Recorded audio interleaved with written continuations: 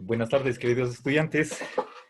El- un gusto poder estar con ustedes una vez más y lamentablemente es la última, puesto que hoy termina el ciclo. Bueno, voy a eh, exponer de la manera más sucinta posible las ideas principales que deseo que estén perfectamente comprendidas y que salen en el Tractatus. Voy a concentrarme en lo que es la ontología y el lenguaje y la relación entre ambos, por supuesto. Lamentablemente no puedo decir absolutamente nada de, por ejemplo, la estética, la ética o en realidad la filosofía. Entonces, voy a hacer una sistematización de lo que he comprendido del Tractatus. Bien, puesto que dispongo solamente de un pizarrón pequeño, no puedo a la vez, como quisiera, tener por un lado una especie de como cuadro sinóptico, o si quieren ustedes un mapa conceptual, para que ustedes de un solo vistazo capten casi la totalidad, ¿sí? Eso es lo sinóptico. A falta de eso, bueno, tengo que hacer en dos partes. Quisiera, bueno, yo ya he presentado por dos ocasiones un par de columnas. Por una parte, lo que es la ontología, por otra parte, lo que pertenece al lenguaje, y en realidad hoy he hecho una modificación. Puse la lógica como perteneciente al lenguaje, pero en realidad tiene que estar en la columna de la ontología. Y por otra parte, en segundo lugar, tendré que ir explicando, desarrollando esos elementos y qué rol cumplen, cómo se concatenan unos con otros. Bueno, verán, eh, para, para empezar, sí quisiera mostrarles una especie de mapa conceptual. No voy a escribir ahí absolutamente ninguna oración. Sí voy, recuerden que es un mapa conceptual en sentido estricto, si no estoy de acuerdo, perdón, si no recuerdo mal, un autor de apellido Novak, bueno, es el que propuso por primera vez este mapa conceptual. Y según él, solo puede haber palabras sueltas. Si quieren ustedes, tenemos unas circunferencias, o si quieren pueden ser cuadrados. En realidad eso, las figuras no importa. Lo que importa son que hay conceptos dentro de los cuales puede estar eso simplemente una palabra suelta y las relaciones entre esos conceptos. ¿Sí? Entonces, en vez de mapa conceptual podemos hablar de una estructura. Y bueno, pero si queremos ver algo visual, entonces dentro de los globos ponemos una palabra. O si nos vamos extendiendo, sería una frase, frase nominal. Tal vez 2, 3 palabras, punto, pero no una oración. Y si es que es necesario, en la línea que conecta esos dos globos, esos dos conceptos, ahí también una sola palabra, que es un verbo, algo que conecta a los conceptos. Eso es un mapa conceptual. Entonces voy a intentar hacer eso, poniendo en ese mapa el mayor número de elementos. Entonces, si ustedes captan los elementos y las relaciones, tienen ahí una visión panorámica, eso es lo que, panorámica, de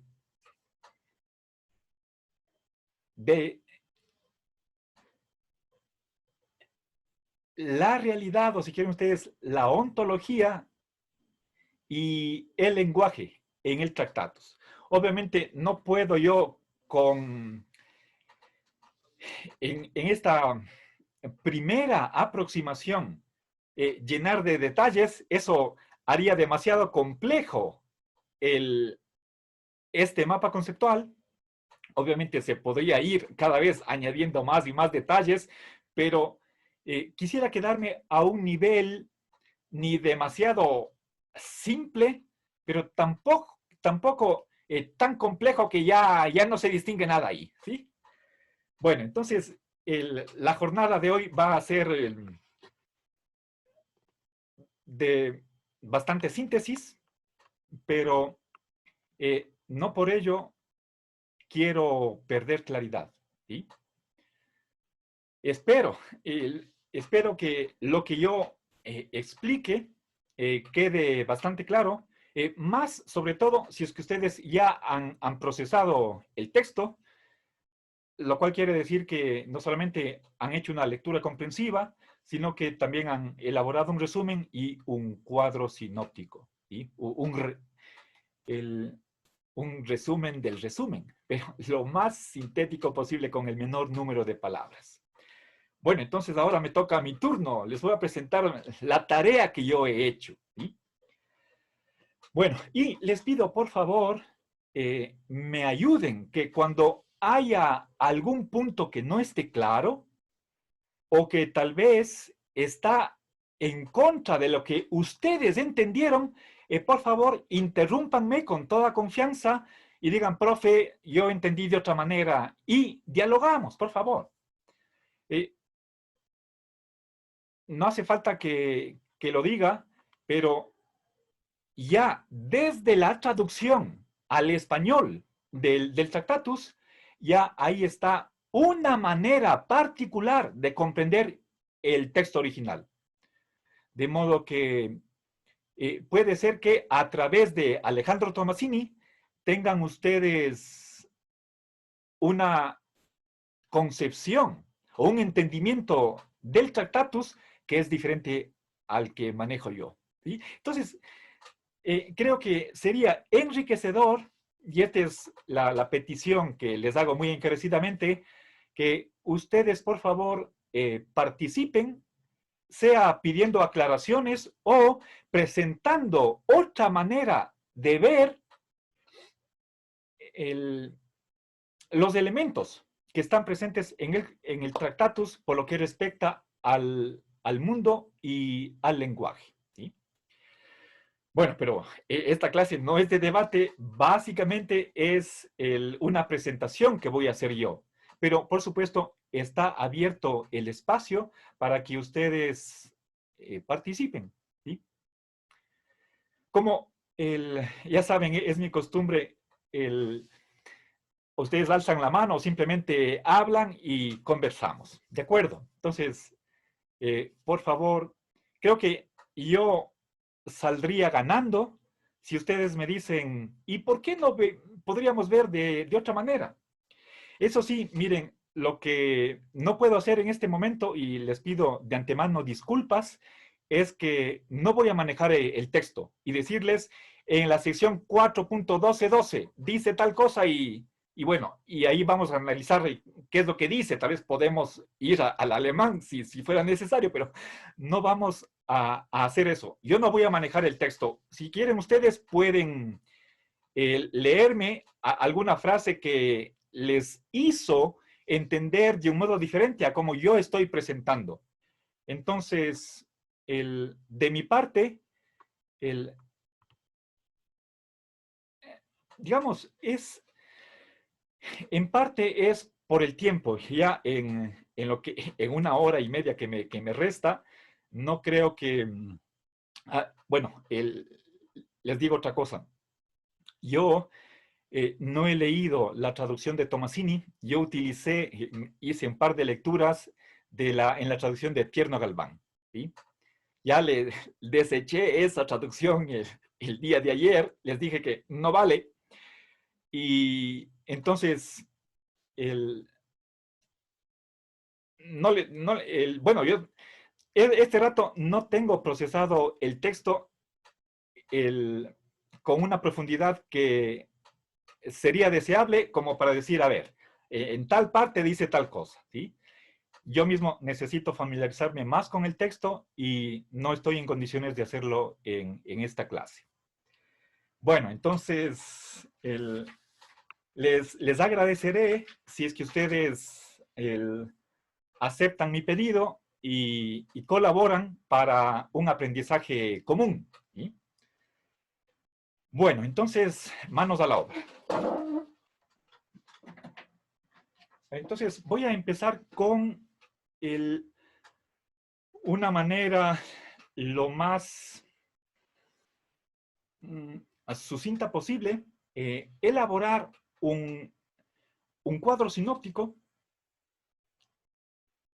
lo que ustedes podrían hacer juntando por lo menos unos 2 cuadros que ustedes han hecho. Ustedes tienen 3 cuadros sinópticos. Lo que voy a intentar es hacer uno solo, ¿sí? Más o menos no de la totalidad del tratado, ¿sí? Bien, voy a empezar por el lado de la ontología, ¿sí? Cosa u objeto, ¿sí?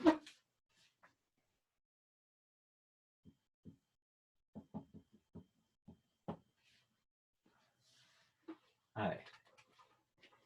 Es lo mismo y hay para Wittgenstein en el Tractatus, por favor. Wittgenstein vivió unos 63 años aproximadamente. Yo me estoy concentrando solamente a un libro de sus varios que escribió, todos muy originales. A ver, quisiera que, primero, quisiera que ustedes entiendan que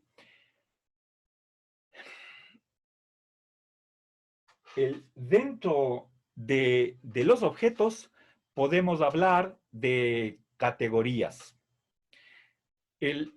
Solamente para que ustedes entiendan, podríamos pensar en que objeto es la palabra más general, más amplia, pero tiene no quisiera decir ambigüedad, se puede entender de dos maneras qué es un objeto. Por una parte significa un objeto individual, ¿sí?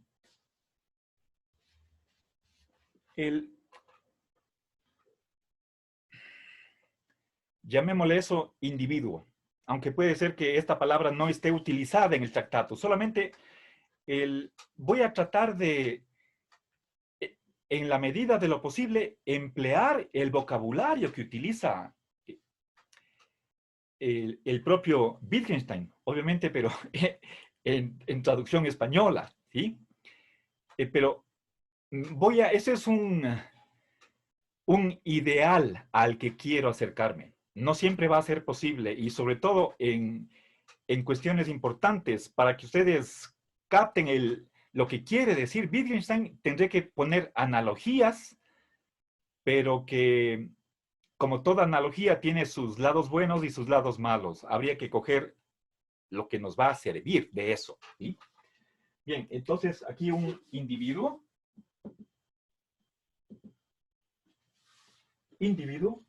¿sí? Pero hay, por otra parte, objeto también es una propiedad, ¿sí? Es decir, un tipo de objeto, una categoría de objeto es una propiedad, como la de ser blanco. Pensemos estar parado, medir 1,50 m, etcétera, etcétera. Una cualidad. Y en tercer lugar, una tercera categoría de objeto es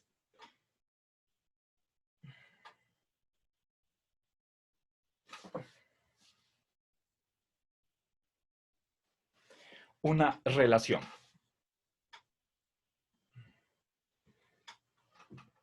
¿Cuál relación? Las que quieran ustedes. Puede ser relación diádica, triádica, etcétera, etcétera. Ejemplo, matar a, ser padre de, estar atrás de, ¿sí? Ser el doble de, ¿sí? O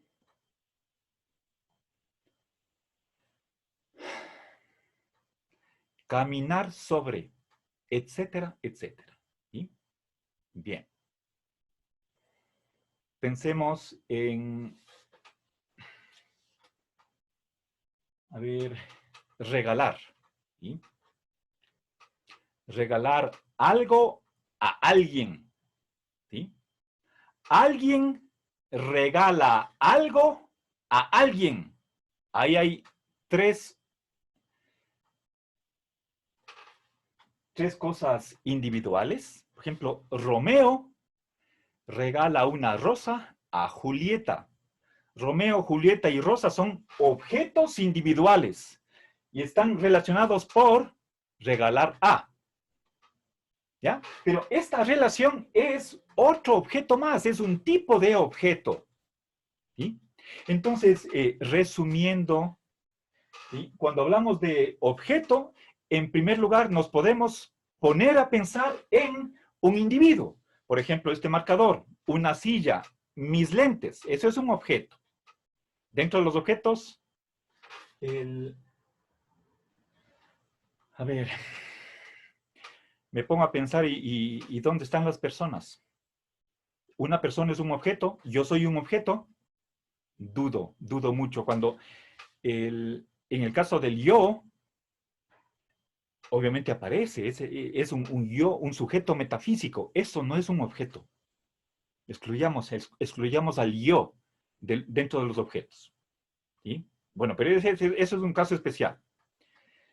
Bien, entonces, fíjense, entonces estamos, para Wittgenstein, tanto una propiedad como una relación son objetos. Eso quiere decir que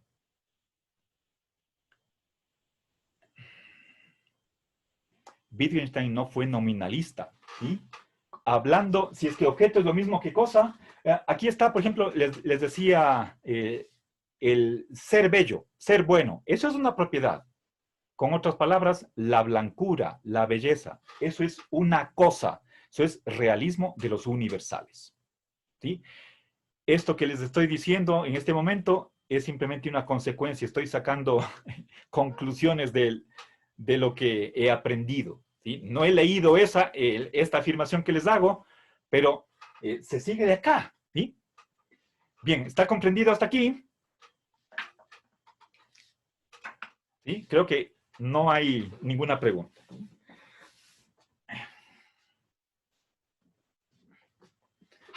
A ver, entré en calor.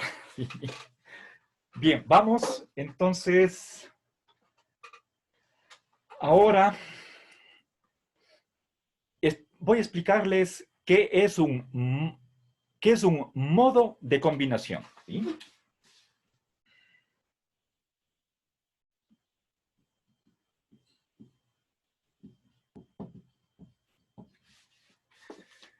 A ver, modo de combinación.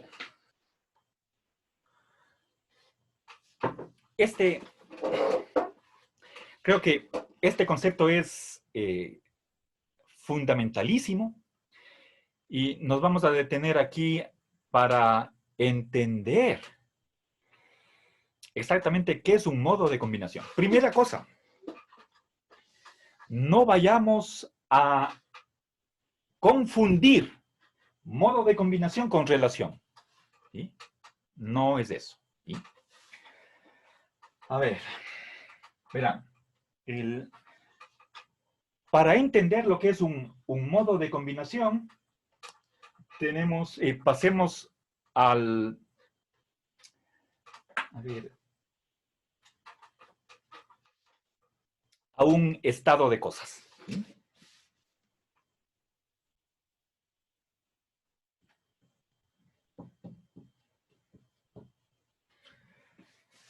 ¿Ya? También se le conoce con el nombre de situación. ¿Sí?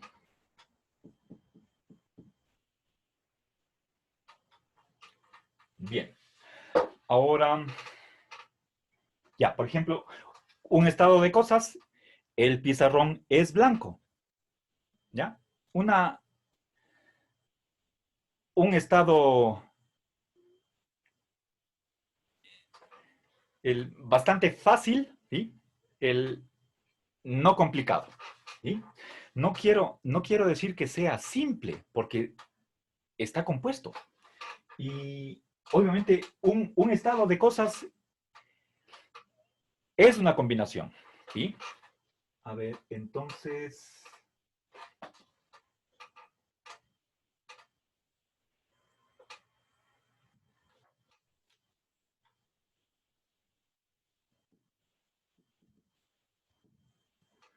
¿Combinación de qué?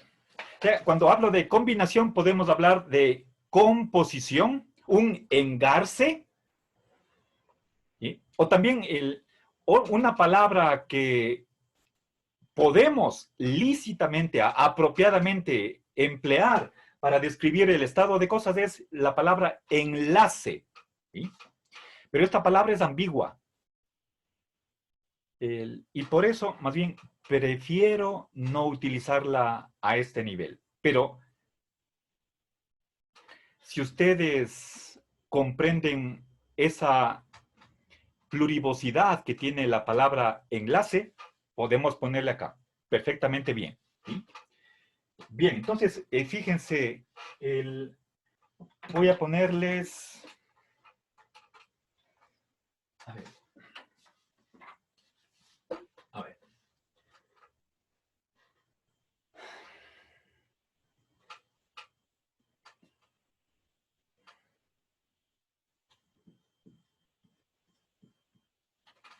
¿Ya? El pizarrón es blanco. Este es un ejemplo de estado de cosas. Ahora, hagamos el análisis de este estado de cosas. A ver, a propósito, verán, como ven ustedes, todo esto está en una columna, ¿sí? Eh, voy acá en el encabezamiento, voy a poner la palabra ontología. A ver, aunque más bien voy a ponerle acá abajo. ¿Sí? En vez de ontología voy a poner mundo o realidad. ¿Sí?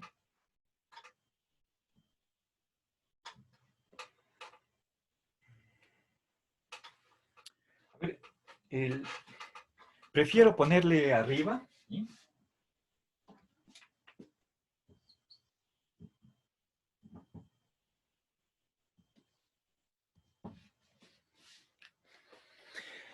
Bien, y ojo, estoy identificando realidad con mundo.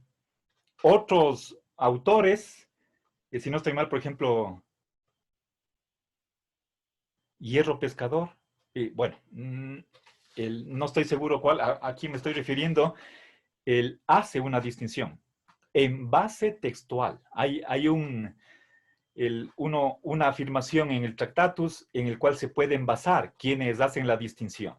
Pero a mi modo de ver, eso es una interpretación, por supuesto, posible, pero problemática desde mi punto de vista. ¿Sí? Bien, entonces vamos acá. Analicemos este hecho. El pizarrón es blanco. Entonces, ¿qué tenemos aquí? Veamos, les decía que el estado de cosas es un compuesto. ¿Sí?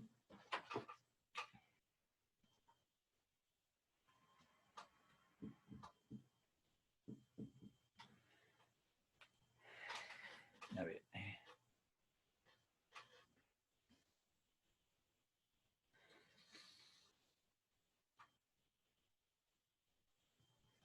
¿Ya? Bien, a ver. Bueno, ¿compuesto de qué? Ahora, ¿cuáles son los componentes? Componentes de el estado de cosas. ¿Sí? A ver, entonces, en primer lugar tenemos, a ver, el pizarrón. ¿El pizarrón qué es eso? Es un individuo. ¿Sí? ¿Ya? En segundo lugar tenemos, es blanco, o sea, ser blanco. A ver, aquí me pongo a dudar. Pongamos simplemente blanco. ¿Sí?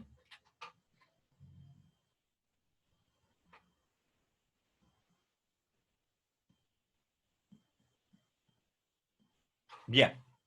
¿Estamos? Dos componentes.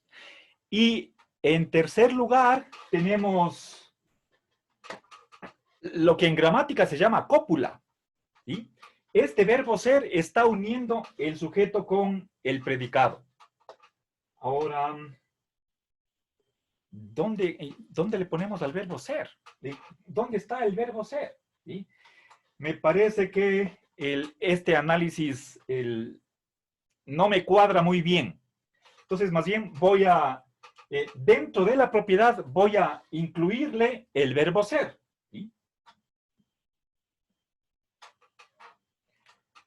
Bien, entonces la propiedad es la de ser blanco.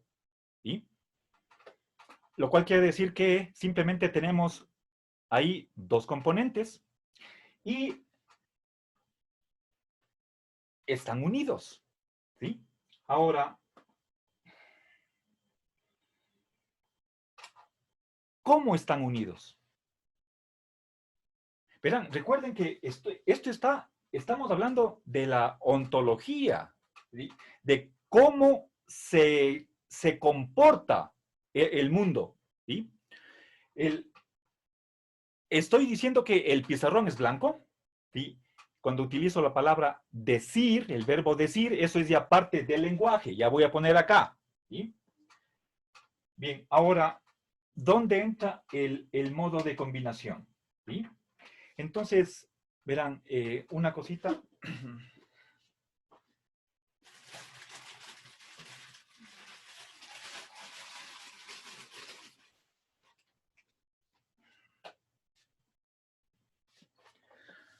A ver, fíjense, tengo aquí dos objetos. ¿Sí? A ver, esto es, supongamos que este objeto que tengo en la mano es el pizarrón y acá tengo otro objeto que es la propiedad de ser blanco. Y digo, el pizarrón es blanco. Están unidos ambos objetos en la realidad. No estoy hablando de palabras ni de oración. Estamos hablando de la realidad. ¿Sí? Ya voy a pasar a lo que es el lenguaje. ¿Sí? Bien, ahora, ¿qué es lo que une al pizarrón con la propiedad de ser blanco? ¿Alguien sabe la respuesta a eso? ¿Sí? La respuesta es, ahí entran los modos de combinación. ¿Sí?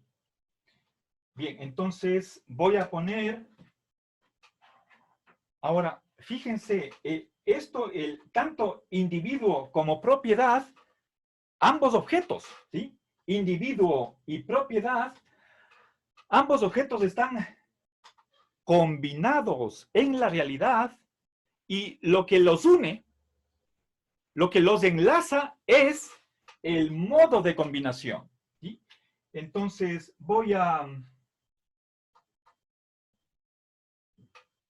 ¿sí? Voy a poner con color verde un arquito para unir a ambas cosas. ¿Sí? El,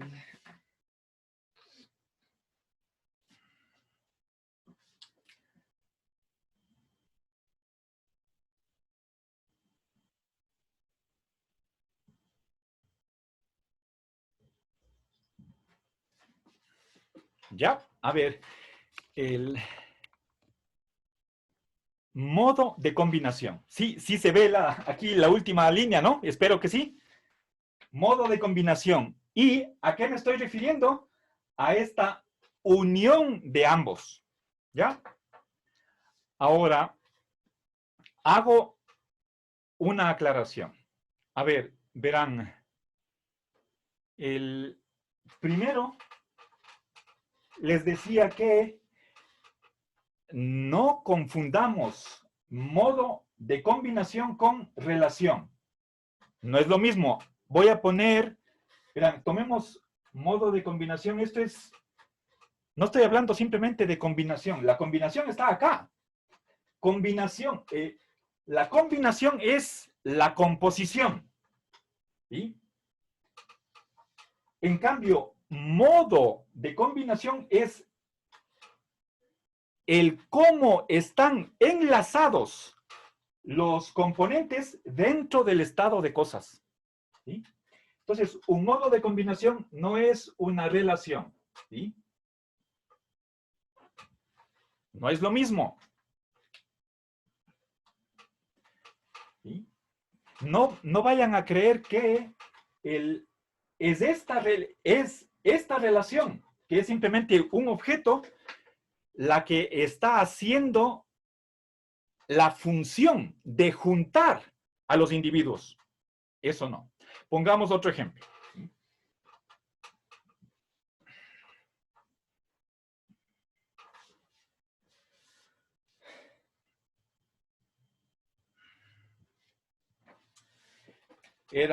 Me arrepiento, era de tomar una foto de eso. Verán, pongamos el Romeo ama a Julieta. ¿Sí? A ver, eso es un estado de cosas. Una situación. ¿Sí?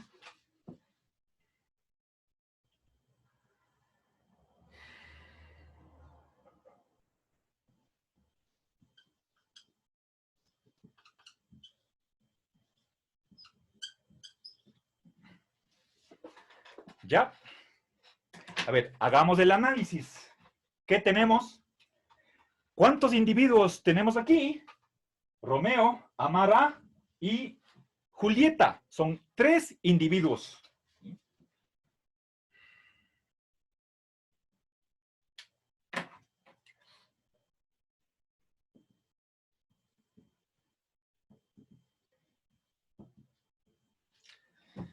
A ver, voy a ponerle un guioncito entre amar y la preposición a. Amar es una relación, pero la relación es un objeto. A ver, perdón, discúlpenme si dije que tengo 3 individuos, solo hay 2. Tengo 3 objetos, tengo 3 cosas aquí. Esta relación también es una cosa, ¿sí? Pero de otra categoría diferente a la del objeto individual. ¿Sí? Bien, podemos aquí poner objeto o más específicamente relación. ¿Sí?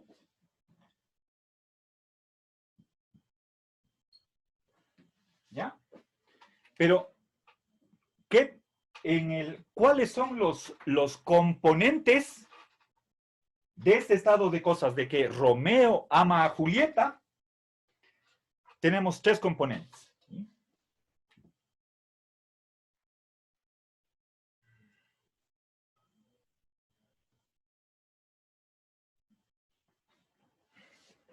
Tres objetos. Ahora, ¿cómo están unidos? Ahí interviene el modo de combinación. ¿Sí? Entonces, voy a añadir, por una parte, para unir Romeo con la relación de amar, ahí tenemos un modo de combinación. ¿Sí?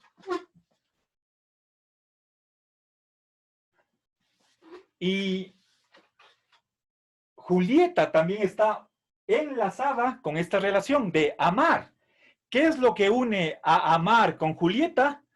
Otro modo de combinación, un segundo modo de combinación. ¿Sí? ¿Ya? Sí,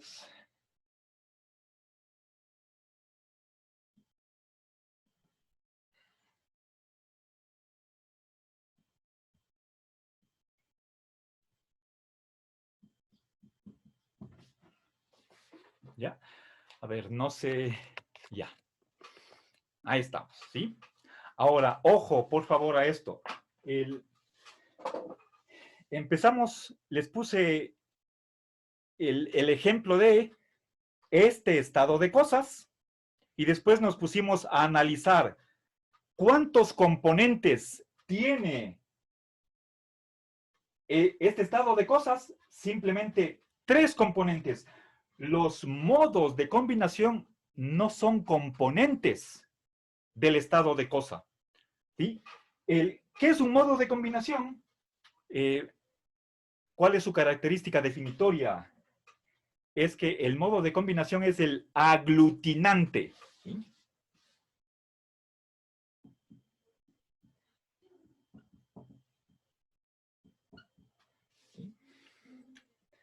Pero en cambio, los constituyentes del estado de cosas son simplemente Romeo, Julieta y la relación de amar. Estos son los constituyentes, solamente 3. ¿Sí?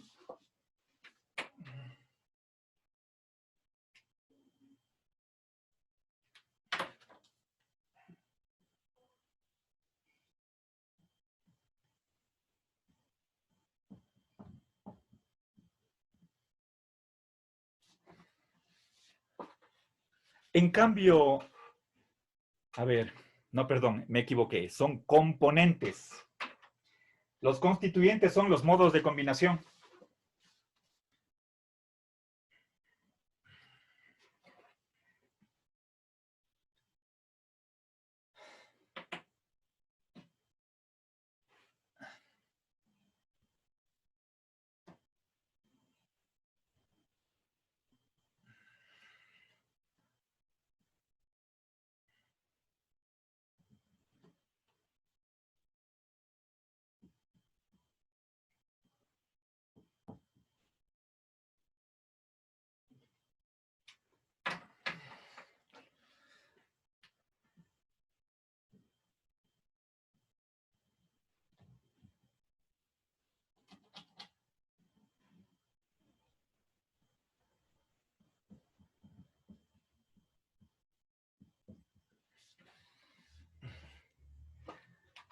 A ver, por favor, aquí hay una distinción que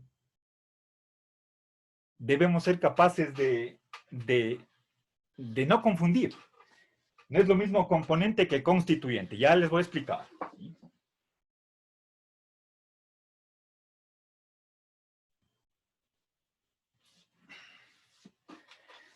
Entonces, fíjense, hasta ahora, no confundamos modo de combinación con relación, ¿sí? Ni constituyente con componente. Verán,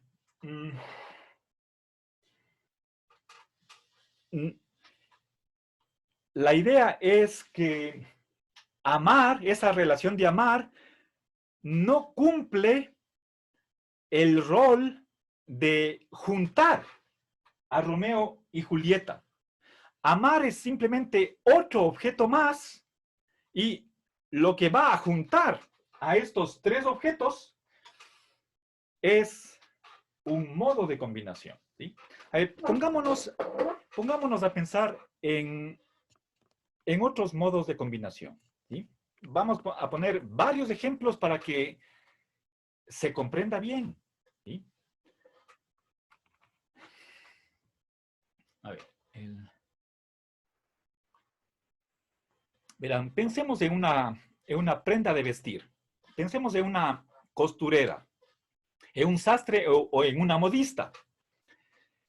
Le podemos encargar que elabore una blusa, una camisa. Pensemos, ¿qué tiene la camisa? La camisa tiene, a ver, tiene un cuello, tiene una hombrera, tiene mangas, tiene puños, tiene botones, tiene un bolsillo. ¿Ya?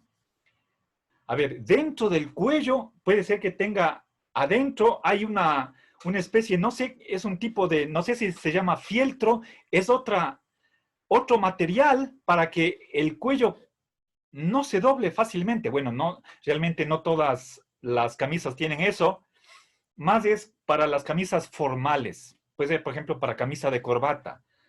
Les ponen algo que obviamente no puede ser cartón, porque al meterse a la lavadora eso se va a destruir, pero tiene que ser un material de modo que el cuello tenga esa presentación que tienen las camisas que son apropiadas para corbata. ¿Sí? Bueno, pero no toda camisa tiene eso, está bien. Ahora,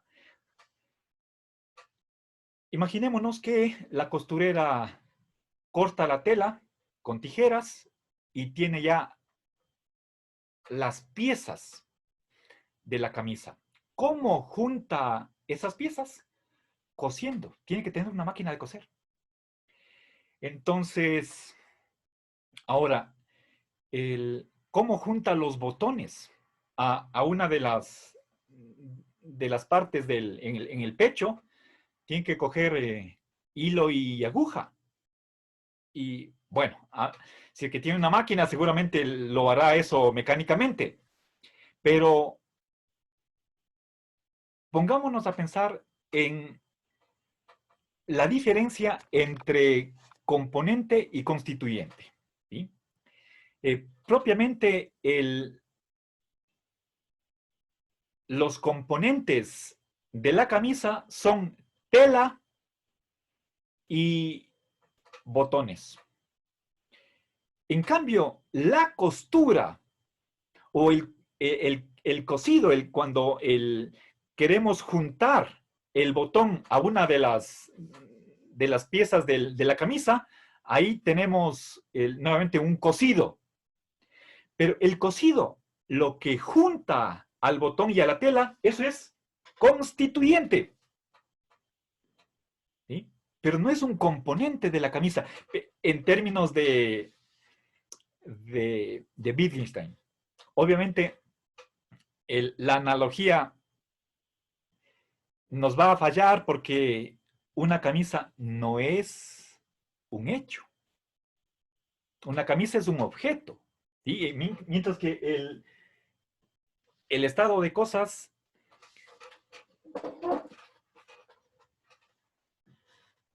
es una combinación, un enlace, o si quieren, una vinculación, una integración de objetos, ¿sí? Que están relacionados entre sí mediante los modos de combinación. Pero estos modos de combinación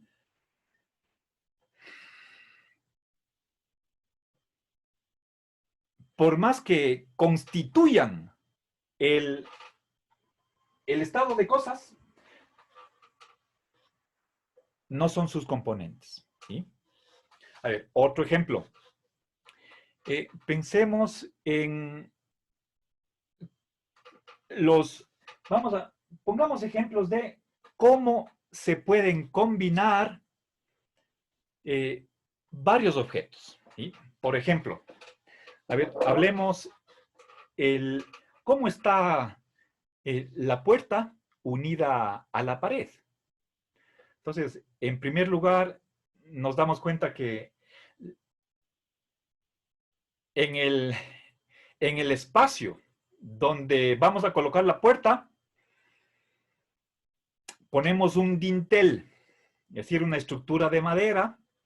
Esa estructura, para que no se mueva, tiene que estar clavada a la pared. Pero propiamente ese dintel,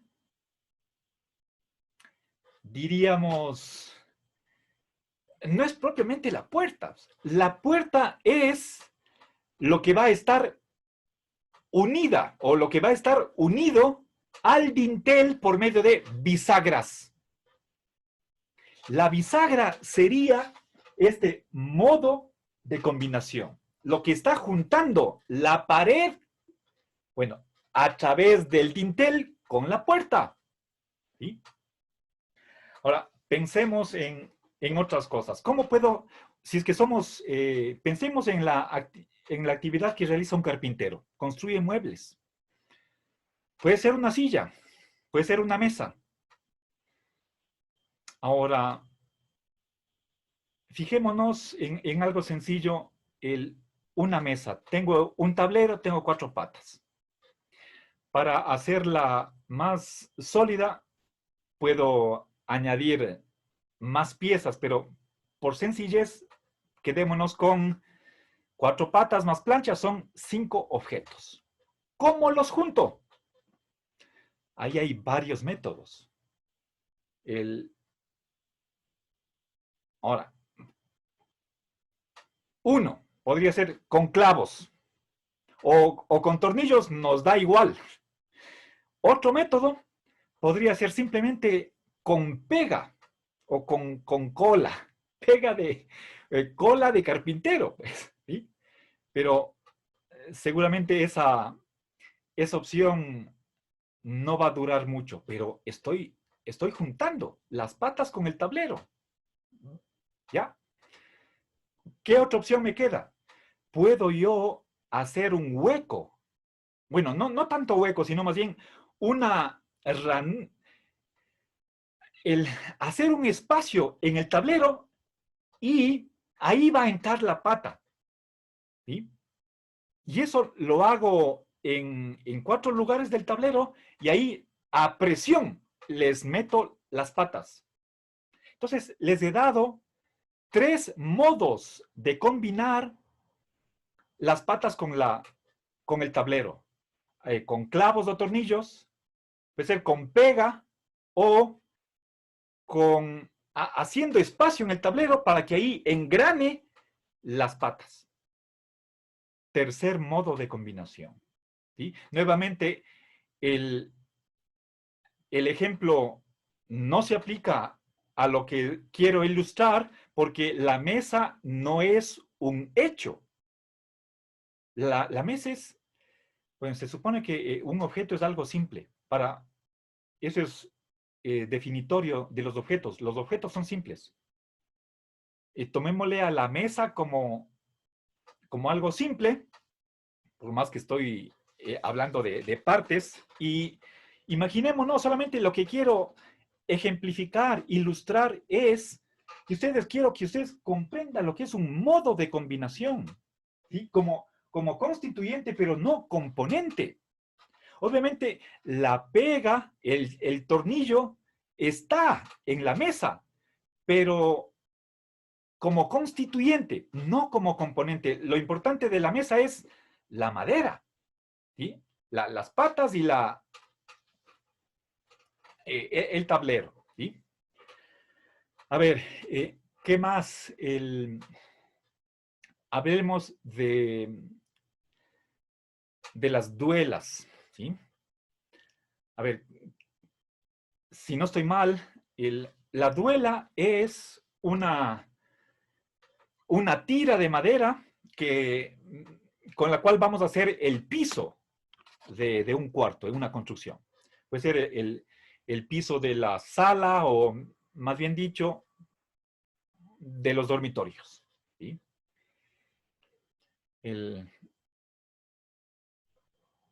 Ahora, ¿cómo junto las tablas? ¿Cómo junto las duelas una con otra?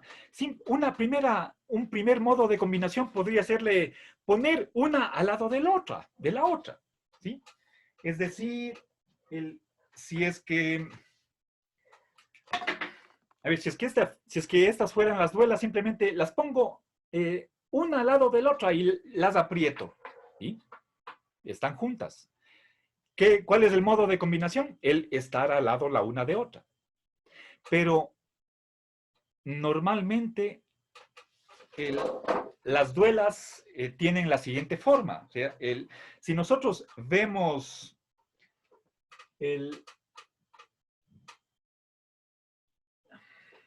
a ver, voy a agrandar esto para que se vea.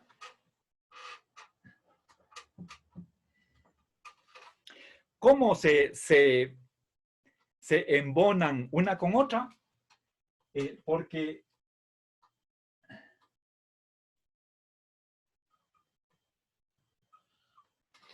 la una tiene este salido en la mitad y la otra tiene la ranura correspondiente donde va a entrar este salido, ¿sí?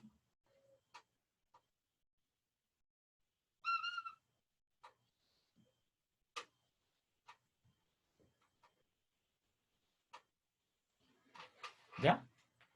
Bien, entonces, ese es un modo de combinación, es decir, la misma forma de cada uno de estos dos objetos permite que el uno entre en el otro.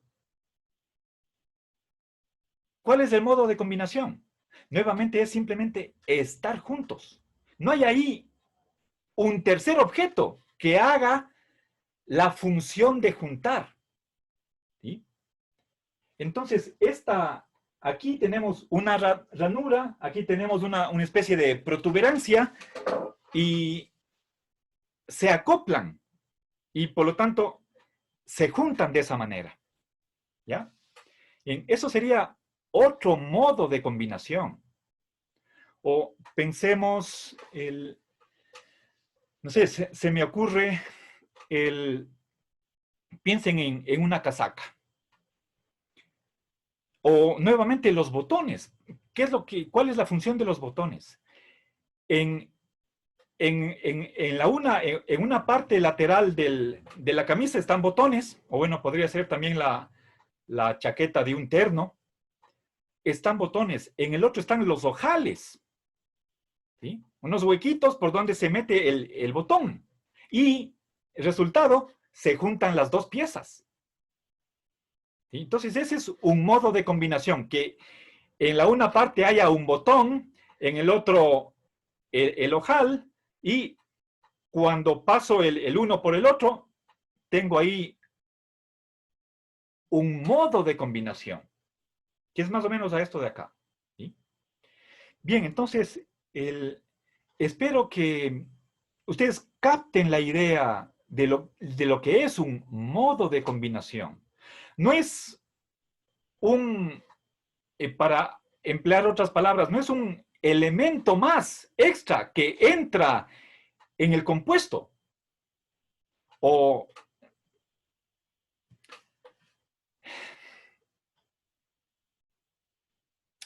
como objeto, no entra. Como constituyente, sí. ¿Sí? A ver, entonces, creo que tenemos que tratar de emplear la terminología que usa Wittgenstein, y con eso, aplicar eso a los casos concretos. ¿Sí? Bien, entonces, resumamos, verán, el estado de cosas. A ver, yo les puse un ejemplo que es real. Tengo aquí un pizarrón blanco. El ejemplo habría podido ser otro, como el pizarrón es negro. El ejemplo, igual valía el ejemplo para hacer este análisis. ¿Sí? No vayan ustedes a confundir estado de cosas con hecho. ¿Sí?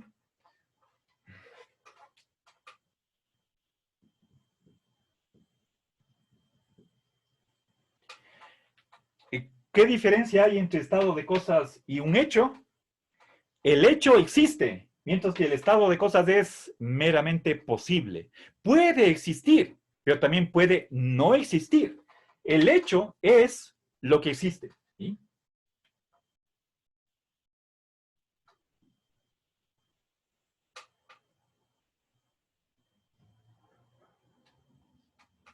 Y recuerden, esto es el símbolo de posibilidad. Posible, ¿sí? Cuando, cuando ese estado de cosas existe, entonces ahí empleamos la palabra hecho. ¿Sí? Y el mundo es el conjunto, la totalidad de los hechos. ¿Sí? Bueno, entonces, ¿sí? El modo de combinación me indica cómo están juntos, cómo están enlazados, ¿sí? Los objetos que intervienen en el estado de cosas. Eso es el modo de combinación, el cómo. ¿Sí?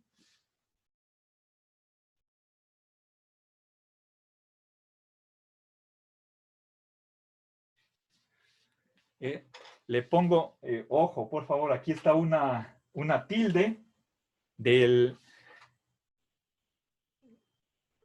como cuando hago la pregunta ¿cómo? ¿Cómo están unidos? Ese cómo lleva tilde. ¿Sí?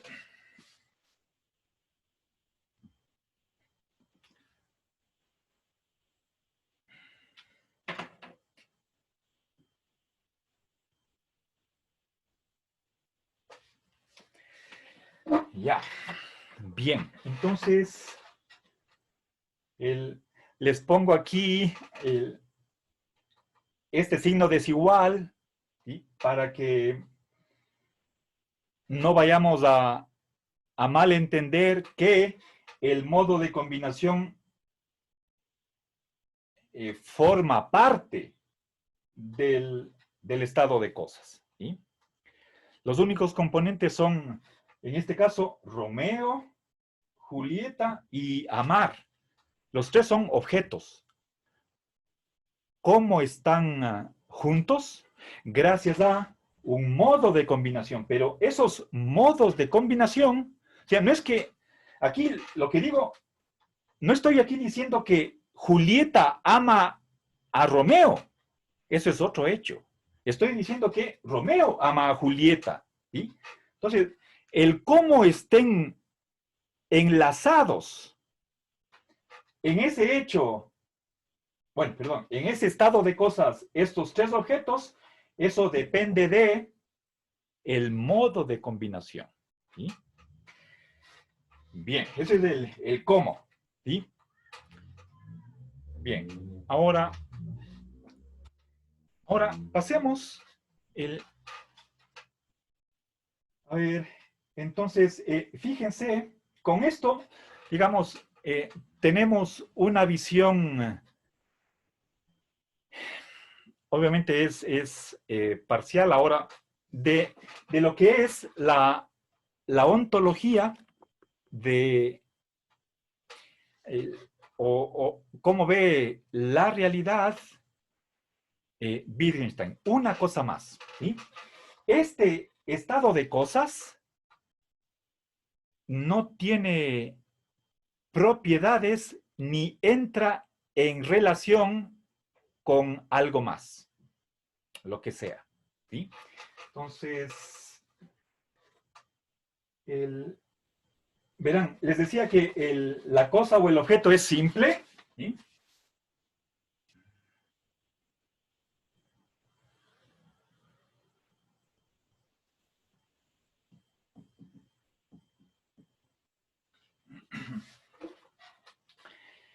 En cambio, el estado de cosas es compuesto. ¿Sí? Es un compuesto.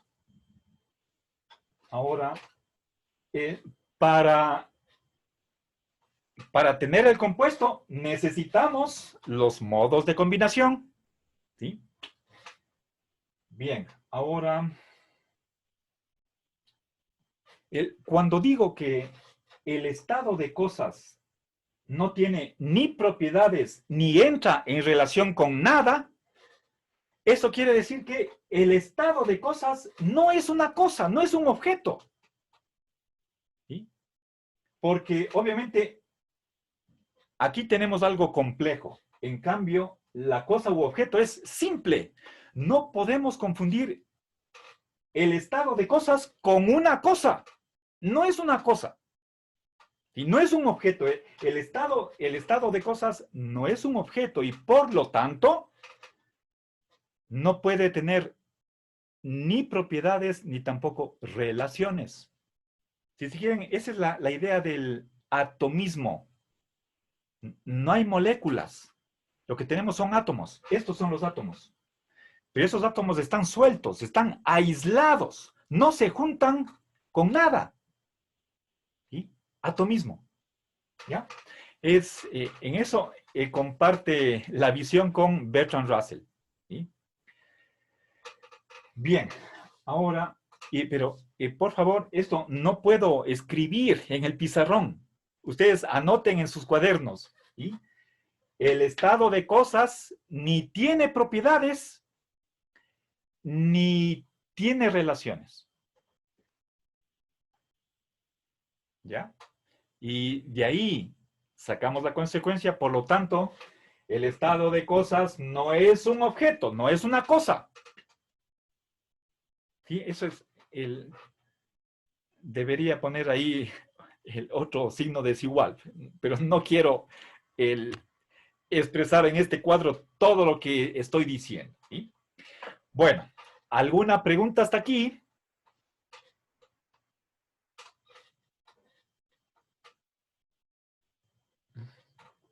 ¿No? A ver, entonces vamos a la cuestión del lenguaje.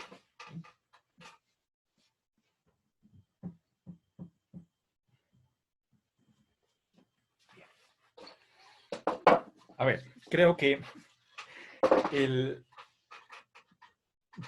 posiblemente no tenga tiempo para, luego de hacer este cuadro sinóptico que me he propuesto, tal vez ya no me quede tiempo para escribir cosas ya, no a manera simplemente como lo estoy haciendo en este momento, como una especie de mapa conceptual, sino como lo suelo hacer. ¿Sí? Bien, ahora pasemos a la cuestión del lenguaje. ¿Sí? ¿Qué es el lenguaje? El lenguaje está compuesto de signos, o sea, palabras, nombres, oraciones. Eso es el lenguaje. ¿Ya? Ah, bueno, aquí me faltó poner lógica. La lógica está acá. ¿Sí?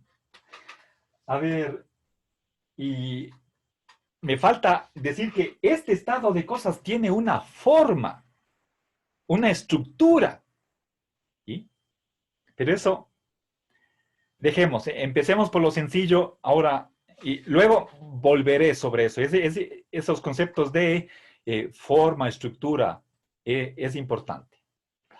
La cuestión de la lógica, también necesitamos entender. ¿Sí? Obviamente, la lógica está relacionada con la forma. ¿Sí?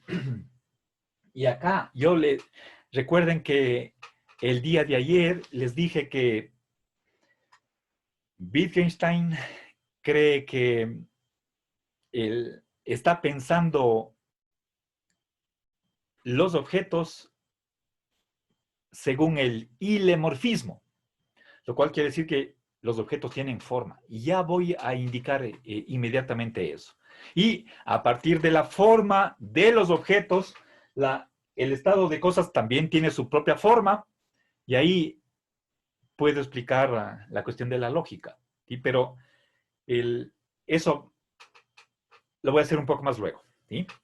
Bien, ahora, ¿cuál es la concepción que tiene Wittgenstein de lo que es el lenguaje?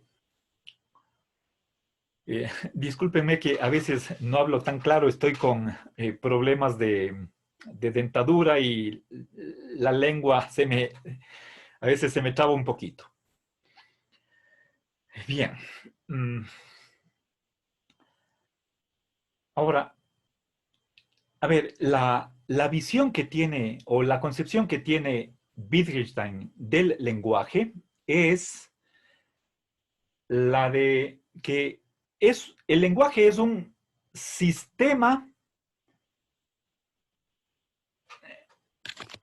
de representación. Y permítanme ver acá.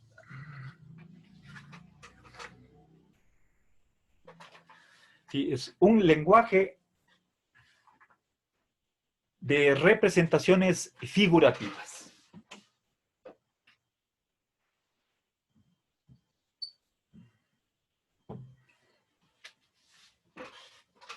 A ver, un sistema de representaciones. Pero, ¿qué tipo de representaciones? Digo, figurativas.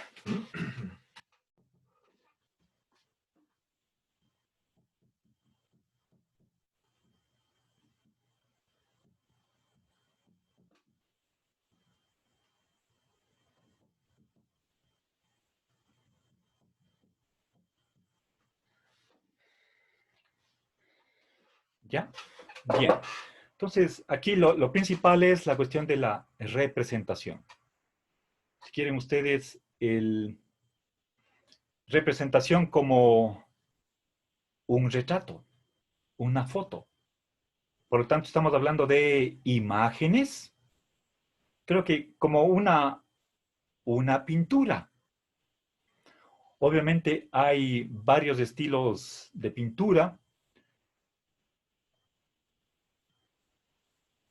pero ya vamos a ver para que sea lenguaje, qué condición tiene que cumplir ese sistema de representaciones. ¿Ya? Bien, ahora, yo creo que parte de la dificultad de entender Wittgenstein es sobre todo al inicio, ¿sí? Uno sufre, es como meterse a nadar en el océano, uno está casi perdido ahí y hay tantos, tantas ideas, tantos términos, y uno se pierde, ¿sí? No tiene ahí, todo es un caos y, bueno, lo que yo estoy tratando de hacer en esta clase es poner orden y sistematización en ese mundo.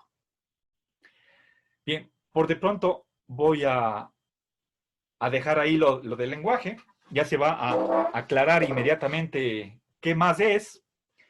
Ahora, verán, para anticiparles de lo que voy a hablar en esta parte del lenguaje, en base a lo que he dicho del mundo o la realidad, ahora veamos, he dicho, he hablado de signos, les voy a dar la lista, la enumeración, y todavía no voy a escribir en el pizarrón porque quiero ir correlacionando estos elementos que están acá a la derecha con lo que va a venir a continuación. Signo, como la palabra más general, tenemos también palabra, nombres. No vamos a hacer uso de la palabra verbo o predicado. Dejemos de lado eso, simplemente palabra o nombre. Tenemos oraciones, oraciones verdaderas, oraciones falsas, oraciones con sentido, sin sentido. Tenemos las tautologías y las contradicciones. Tenemos, por ejemplo, signos que pertenecen a la lógica. Por ejemplo, la palabra no. Eso se le simboliza con una tilde, esa rayita ondulada horizontal, la negación. Ese símbolo está representando a la palabra no, y la palabra no forma parte del vocabulario de la lógica. Digo vocabulario, eso es lenguaje. ¿Sí?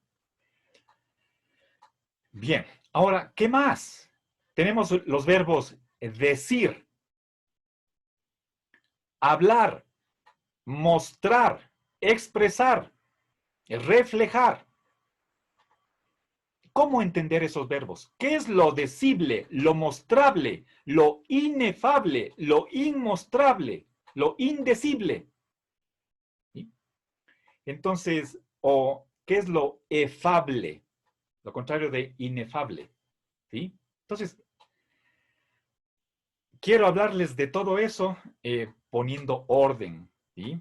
No quisiera que se confunda. Y aquí la dificultad va a estar en que, y eso les digo de entrada, en que a primera vista parece que Wittgenstein está usando, sobre todo la palabra, a ver, expresar y representar en un sentido totalmente opuesto al del sentido ordinario, del lenguaje ordinario. Entonces eso puede causar un cierto problema, pero una vez que comprendemos cómo está usando esas, sobre todo la palabra, el representar y expresar, creo que podemos aclarar y espero que una vez que complete esta segunda columna, ya se les aclare todo el panorama, ¿sí? Y vean espero que de una manera diáfana todo esto que estamos construyendo. Bueno, cuando estamos ante una arquitectura de este tipo, uno puede sentir asombro, admiración, pero no necesariamente una actitud de aceptación. Primero hay que comprender, ¿sí? Después nos plantearemos la cuestión de, y bueno, ¿parece esto satisfactorio o no? Esa es otra cuestión. Y primero a la comprensión. Bien. A propósito, entre paréntesis, hay una casa que construyó, o un edificio, mejor dicho, que construyó Wittgenstein para su hermana. Él fue ingeniero en alguna especialidad. Creo que era ingeniero de aeronáutica. Les dije que hizo un proyecto de un motor a propulsión a chorro. Era una persona a quien le interesaba lo práctico, aplicar los números, los cálculos, a hacer cosas, ¿sí? No como los matemáticos o los lógicos que simplemente se quedan en abstracciones. Bueno, ese es Wittgenstein, ¿sí? El primer Wittgenstein. Creo que esa actitud ha tenido a lo largo de toda su vida.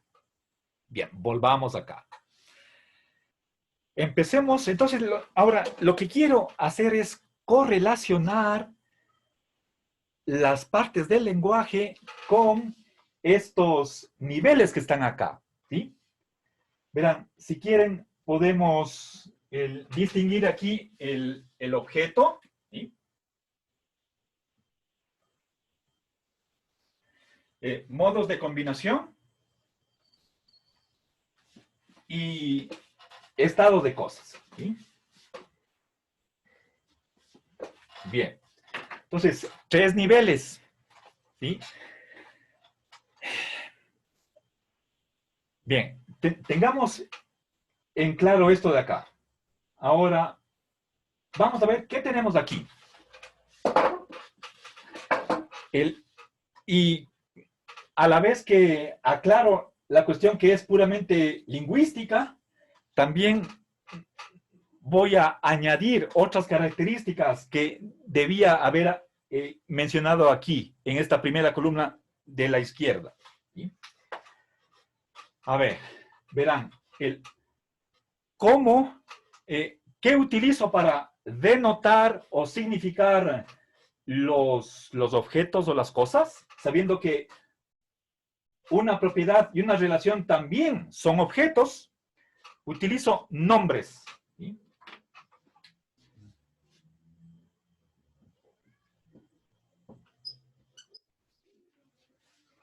¿Sí? Un nombre. ¿Qué relación hay entre un nombre y un objeto? La relación es de nombrar o designar o significar. Esa es una relación semántica. ¿Sí?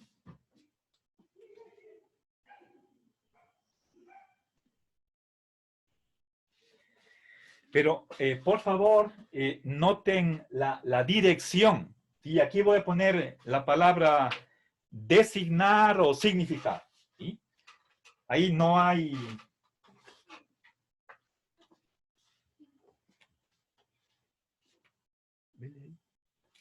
A ver.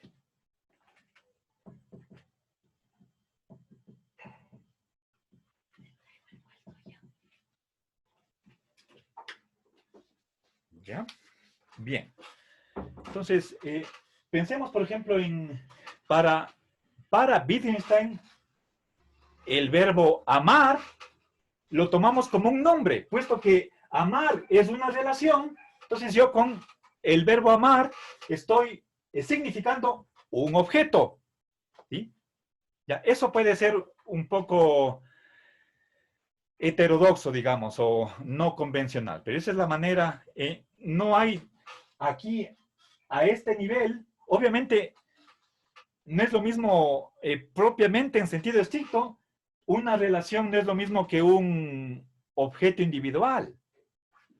O si quieren ustedes, hay algo que tienen en común. Ya voy a explicar en este momento. ¿Sí? A ver, veamos exactamente qué es un nombre para Wittgenstein.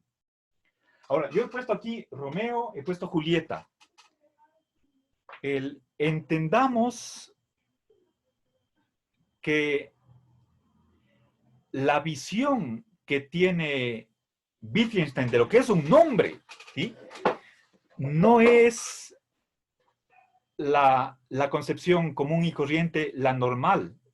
Lo que tienen, por ejemplo, la visión que tienen Frege y Russell, esa no es aceptada por Wittgenstein, o tal vez al igual que Frege, nosotros vimos que para que un nombre signifique, tiene que formar parte de una oración. Eso acepta Wittgenstein. Es decir, ¿qué es un nombre?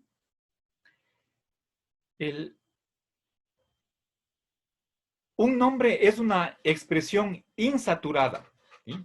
A ver, ¿qué quiero decir eso? Por ejemplo, volvamos a la cuestión de Romeo. ¿Sí? Eh,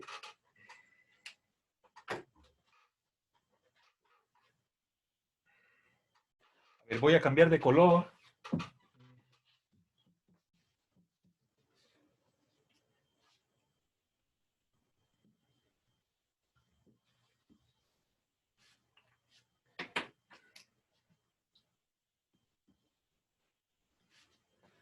Verán, si aquí tengo la palabra Romeo, pero este nombre tomado en aislamiento no significa a un objeto. ¿Sí? El nombre tiene que combinarse con otros nombres para que tenga significado. En realidad, hay un principio general, que para que todo signo tenga significado, para que cualquier signo signifique algo, tiene que combinarse con otros signos. Y por lo tanto también Romeo. Si es que va a ser significativo, entonces tiene que tener la posibilidad de juntarse con otros nombres. Y eso lo voy a expresar poniendo puntos suspensivos y guiones al lado y lado de Romeo.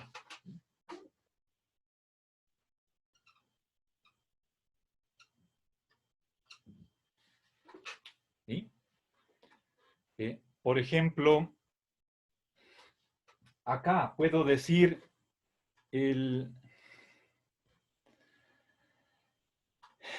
los padres de Romeo son tal y cual. ¿Sí? Ahí estoy poniendo a Romeo dentro de una relación. ¿Sí? Estoy queriendo saber cuáles fueron sus padres. Entonces, obviamente hay, ya voy a indicar, cuando esté a nivel de la oración, voy a indicar que la oración nuevamente es una representación de un estado de cosas. Ya voy a ir allá. Pero primero quiero detenerme un momento en la aclaración de lo que es un nombre. A diferencia de la teoría de Bertrand Russell, de que un nombre significa algo fuera de contexto, aunque no esté en una oración. Eso es simplemente la teoría referencial del significado. Eso no acepta Wittgenstein. ¿Sí? Es como si yo dijera el... A ver, marcador. Esa es una palabra. ¿Qué significa eso? Este objeto. Entonces tengo aquí palabra suelta y significado, su referente. Esa es teoría referencial del significado.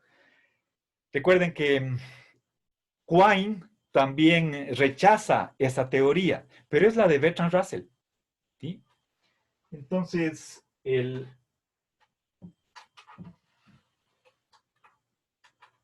para que un nombre signifique, según Wittgenstein, tiene que estar dentro de un contexto. ¿Ya? Entonces, ese contexto lo estoy aquí representando por medio de dos huecos, dos lugares vacíos. ¿Sí? Tendría que ponerse un verbo, otro nombre, y ahí tenemos la oración. Entonces, ¿un nombre qué es? Un esquema oracional. ¿Sí?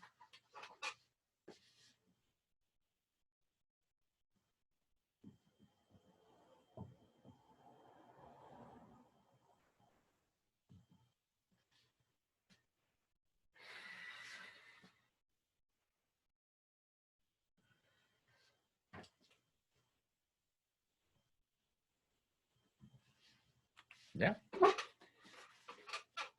O con otras palabras, prestando la terminología de Frege, una expresión insaturada.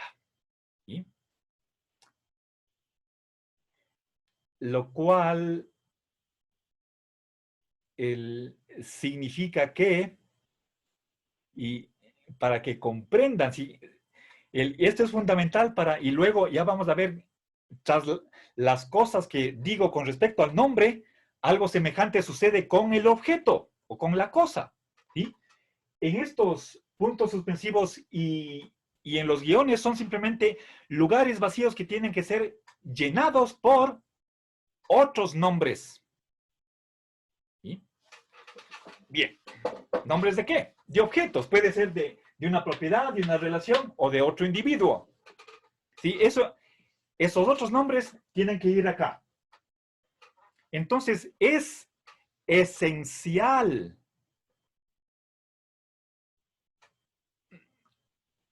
a un nombre la posibilidad de combinación con otros nombres. ¿Sí? Eso es lo que sucede con el objeto. El objeto tiene una forma. ¿Sí? Recuerden, todavía tengo aquí las piecitas de...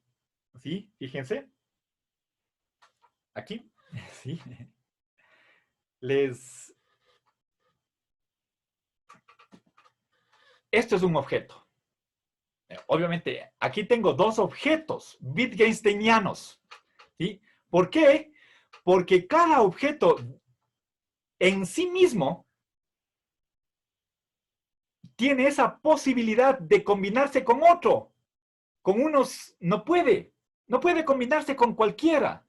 Un cuadrado no se combina con un círculo. Eso está en la propia forma del objeto. ¿Sí? Entonces, fíjense, por eso acá voy a poner puse ayer el ilemorfismo. ¿Sí?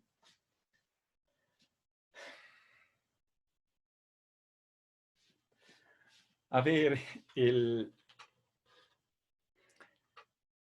si es que hablo de materia y forma, si es que hablo de forma de un objeto, eso parecería que contradice la simplicidad que tiene un objeto. Dejemos de lado, cerremos los ojos como si no hubiera ahí un problema, pero el hecho es que los objetos tienen una forma. ¿Sí?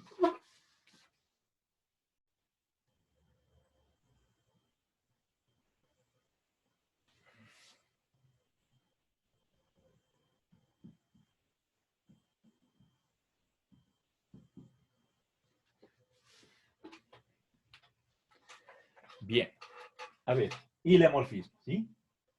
Ahora, fíjense cuál es la forma del objeto, simplemente la posibilidad de combinación con otros objetos para formar el estado de cosas.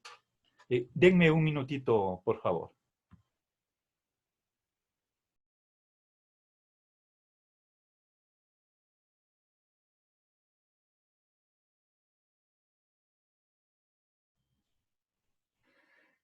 Disculpen la interrupción, tenía que atender a alguien.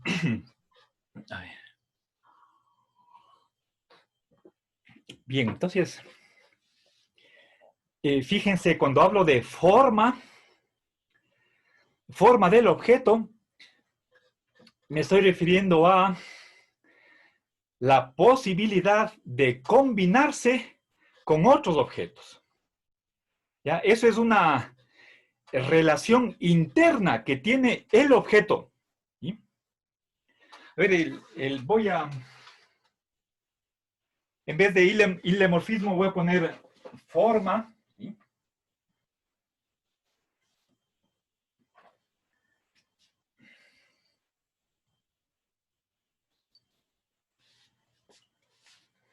¿Ya?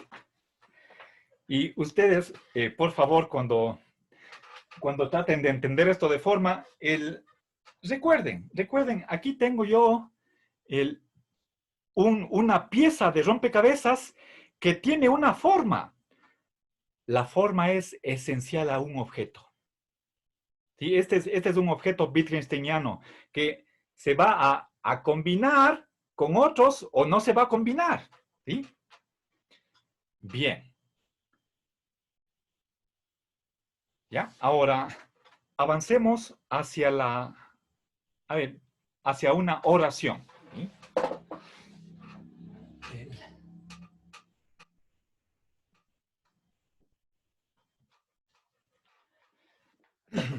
A ver, ¿qué es lo que hace? ¿Cuál es qué es la oración? ¿Sí?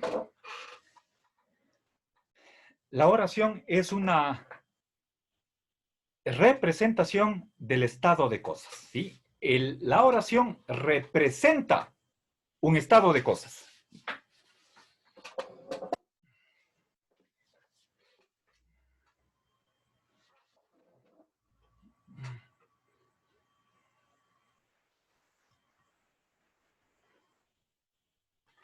Nuevamente, estoy poniendo una flecha para indicar la dirección del verbo.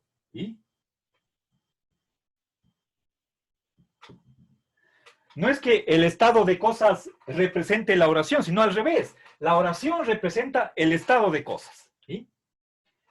Y aquí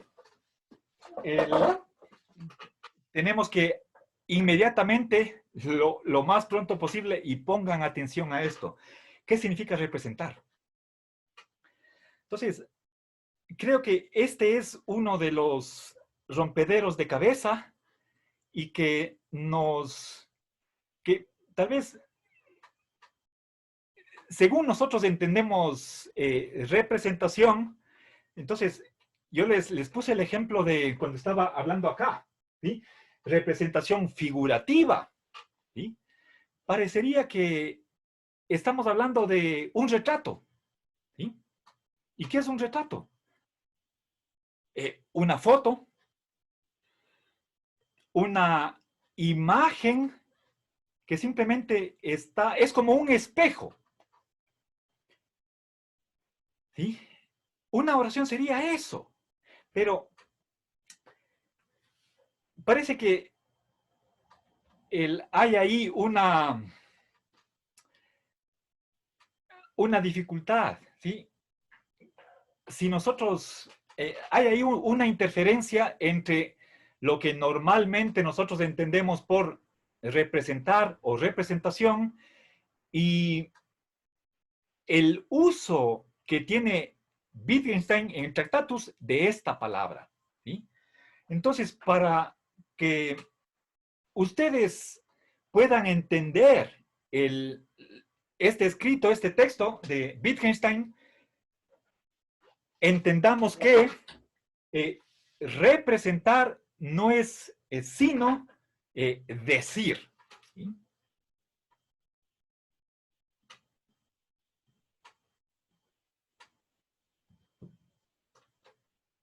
¿Sí? ¿Qué es lo que se dice? ¿Un estado de cosas o un hecho? ¿Sí? ¿Qué es lo dicho? ¿Sí? El participio pasado de decir es dicho. ¿Sí? ¿O qué es lo que se dice? Un estado de cosas. ¿Sí? No se puede decir un objeto. ¿Sí? Ahora, otra cosa más. Voy a añadir aquí el verbo hablar. ¿Sobre qué habla? ¿Sobre qué hablamos? Sobre objetos. ¿Sí? Pero eso, un nombre no habla. La oración es la que habla. ¿Sí? Una oración habla sobre objetos.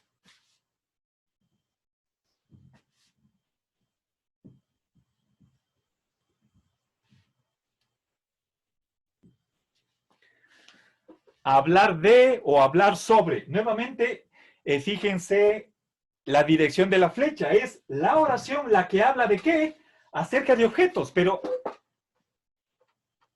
no del objeto en sí mismo, puesto que sabemos que el objeto dentro de sí, intrínsecamente,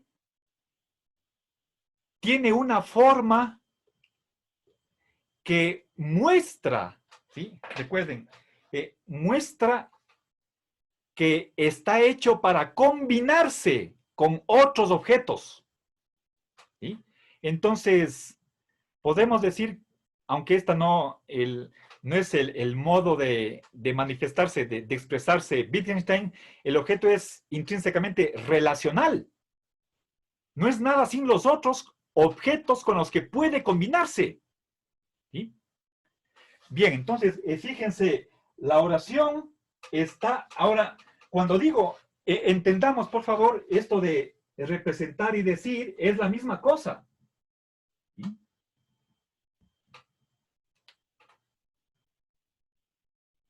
Entonces, esto es importante. ¿Sí? Si yo les presentara a ustedes un cuadro, una imagen, ¿qué dice la imagen? No dice nada. Pero, a ver, pero estoy queriendo, el, por favor, quiero que ustedes destierren esa comprensión de esta relación de representar. ¿Sí? Normalmente, si nosotros abrimos el diccionario, y bueno, pero no hace falta, nosotros sabemos, esta es una palabra que aprendemos desde niños, a muy temprana edad. ¿Qué es representar? No, no tengamos eh, en la mente la idea de que representar es hacer un dibujo. No, representar es una función del lenguaje y la podemos tomar exactamente como equivalente a decir. ¿Qué es decir? Poner un nombre al lado de otro para formar una oración sin huecos. Eso es decir. ¿Sí? Y ese decir puede ser o verdadero o falso. Puede, cuando digo que está representando una oración, obviamente hay también esta idea de que la oración muestra algo, pero el problema es que Wittgenstein tiene una famosísima dicotomía entre mostrar y decir. No es lo mismo, ¿sí? Una representación dice algo, pero no muestra, ¿sí? Mostrar es otra cosa, ¿sí? Mostrar o reflejar, ¿sí?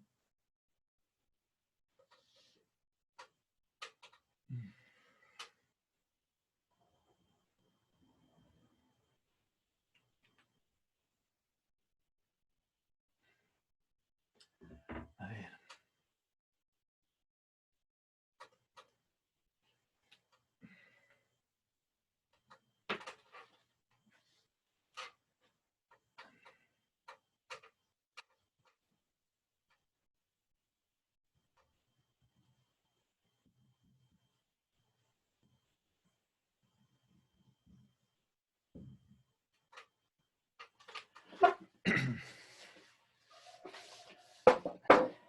¿Sí?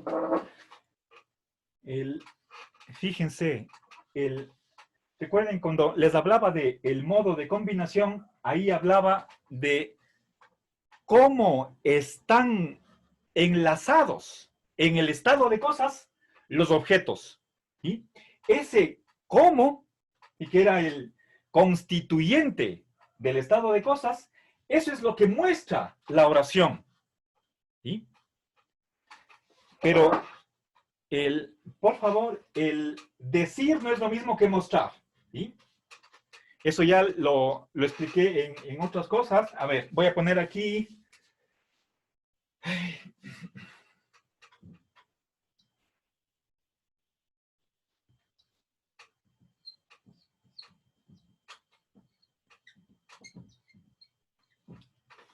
¿Sí?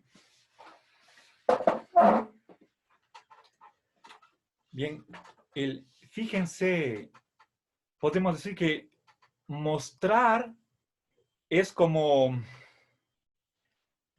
un gesto, ¿sí? De señalar con el dedo. ¿Sí? Si es que...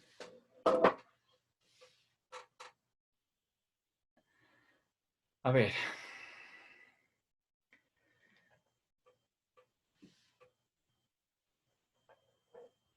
Si es que alguien pregunta, ¿dónde está la llave de la puerta? Y yo hago ese gesto apuntando a la mesa. ¿He dicho algo? No, estoy mostrando sin decir nada. Entonces, por favor, esto es importantísimo. Creo que ningún intérprete va a negar esto. Y lo dice textualmente en este rato, no me sé en qué oración, pero es una tesis que está clarísimo lo que quiere decir Wittgenstein y no vayamos nosotros a malentender. ¿Sí? Entonces, ¿qué es lo que se dice? Un estado de cosas. Pero ese estado de cosas no se muestra. ¿Sí? Lo que es decible no es mostrable y viceversa. ¿Sí? Bueno. ¿Sí? Lo que es representable no es mostrable. ¿Sí? Representar no es lo mismo que reflejar o mostrar. ¿Sí? Bueno, y igual también no podemos... Estos verbos, por favor, son diferentes. Aquí tengo 5 verbos. Bueno, estos dos son iguales, pero tengo aquí 3 grupos de verbos que no significan lo mismo. Y entonces, por favor, espero que con esto se empiece a aclarar todo este universo que es el Tractatus. Bueno, queridos amigos, se me acabó el tiempo. Les agradezco por su atención y les deseo éxitos en sus exámenes. ¿Sí? Gracias, profe. A ver.